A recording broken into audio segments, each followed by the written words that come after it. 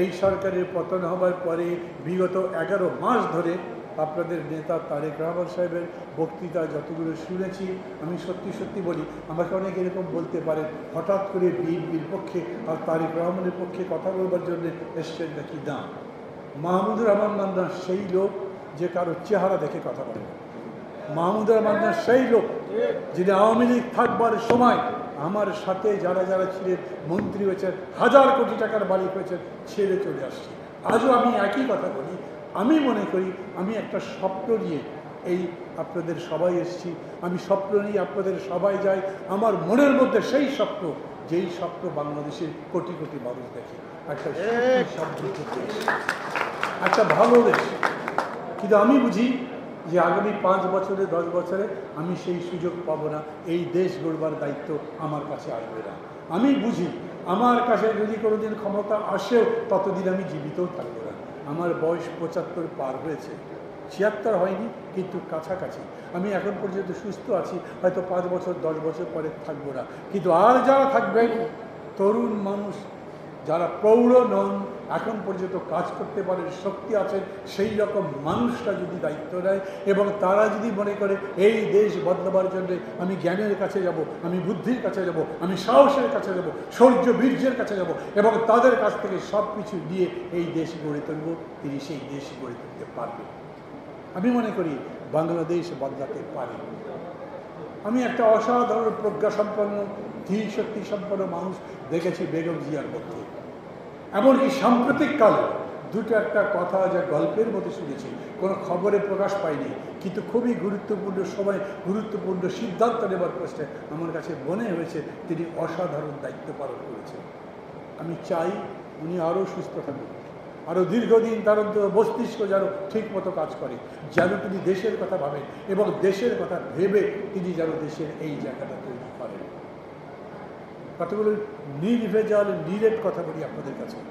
আমার বক্তৃতার মধ্যে আমি আপনাদের আর একটা কথা বলে রাখি, 5 আগস্টের আগে পর্যন্ত বক্তৃতা মানেই আগুন ঝরাতে হবে, বক্তৃতা মানেই মানুষের মনের মধ্যে ক্রোধ তৈরি করতে হবে, বিক্ষোভ তৈরি করতে হবে, যাতে জীবন দিতে সে সাহসী হয়, যাতে লড়াই করতে সে সাহসী হয়। কিন্তু 5 আগস্টের পরে আজকে মানুষের মনের মধ্যে আগুন জ্বালিয়ে লাভ নাই।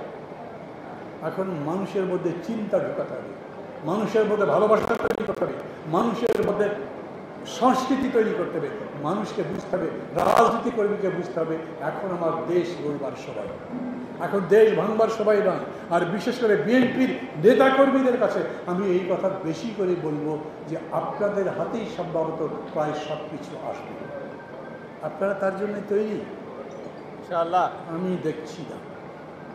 আমি দেখছি না, কারণ এখন পর্যন্ত রিপোর্ট হয়, মাঝে মাঝে পত্রিকায় লেখে, অন্যান্য দল বলে, বিভিন্ন জায়গাতে মব কালচারের কথা আসে, এগুলো করা যাবে না। মনে করতে হবে আপনাদের। আবার বলি, এখন পর্যন্ত গত কয়েকদিন আগে মাহাথির মোহাম্মদ তার 100তম জন্মবার্ষিকী পালন করলেন। মাহাথির মোহাম্মদকে পৃথিবী চেনে। আমাদের দেশে মাহাথির মোহাম্মদ আছে? আমি জানি নাকি, থাকতেই তো পারে। আমার পাশে দাঁড়িয়ে আছেন যিনি, তার মধ্যেই মাহাথির মোহাম্মদ থাকতে পারে। আমি যাদের ছবি টাঙিয়ে রাখি তাদের মধ্যে মাহাথির মোহাম্মদ থাকতে পারে। মাহাথির মোহাম্মদের সাথে আমরা একটা যদি মাহাথির মোহাম্মদ পাই, তাহলে তার আদর্শ অনুসরণ করে কাজ করতে পারবো? চুপ করে থাকেন মানে কি বুঝতে পারেননি কথা, নাকি বুঝতে পারেন না আসলে অত দূর থাকবো কি না? আজ এটাই বাস্তব, এটাই বাস্তব। আমি ধরেন একটা প্রশ্ন বলি, আমার দলের পক্ষ থেকে বলি, আমরা বলি কল্যাণ রাষ্ট্র চাই।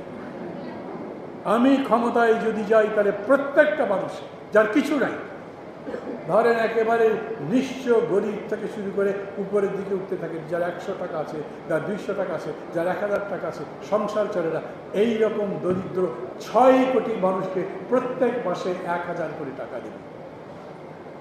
দিতে পারবো? কত টাকা লাগবে? বছরে 72,000 কোটি টাকা। তো আমার বাজেট কত হয়? 8 লক্ষ কোটি টাকা। 72,000 কোটি টাকা দিতে পারবো না। একটা পরিবারে যদি 4 জন লোক থাকে, তার মানে সে 4,000 টাকা পাবে। তো গ্রাম এলাকাতে 4,000 টাকায় সংসার চলবে? পুরাপুরি চলবে না, কিন্তু অনেকখানি চলবে। সে যদি আর কিছু সাপোর্ট দিতে পারে, কাজ করবার পরে হয়তো বছর শেষে একটা মুরগি কিনতে পারবে বা ছাগল কিনতে পারবে, একটা আলাদা অর্থ দেবে। এই টাকা নষ্ট হবে না। বড় লোককে লক্ষ কোটি টাকা দেন, ও বিদেশে পাচার করে দেয়, ও চুরি করে নিয়ে যায়, গরিব মানুষ চুরি করে না, গরিব মানুষ চুরি করে না। আমি একটা কথা বললাম, আমি আমার বক্তৃতা অত বেশি আর লম্বা করতে চাই না। আমরা একটা কর্মসূচি দিতে পারি, দরিদ্র জনগণের জন্য মেডিকেল ফ্রি করে দেবো। আমরা কর্মসূচি দিতে পারি দরিদ্র জনগণের জন্য, আর যত কল্যাণকর সমস্ত রাষ্ট্র জনগণের কল্যাণের জন্য নিবেদিত হবে। না হবে কেন? রাষ্ট্রের কাজ কি, সরকারের কাজ কি? জনগণের কল্যাণ করাই তো। সেই নেতা চাই, সেই মানুষ চাই, সেই কর্মী চাই যারা ওই রকম জায়গায় যেতে পারবে। আর আমি আমার স্বপ্নের দলের কথা বলছি না, আমার না, প্রফেসর ইউনূস যেরকম বলেছেন, আজ আমি এই স্বপ্ন আপনাদের মধ্যে দেখতে চাই। আপনারা যারা বসে আছেন, যারা এই মঞ্চ বানাচ্ছেন, যারা বক্তৃতা করছেন, যারা স্লোগান দিচ্ছেন জনগণের সামনে, আপনারা কিছু করবেন খালি বিদ্বেষ ছড়াবার মধ্যে নয়, বরঞ্চ সেই রকম একটা কিছু গঠন করবার জন্য নিজেদেরকে তৈরি করবেন।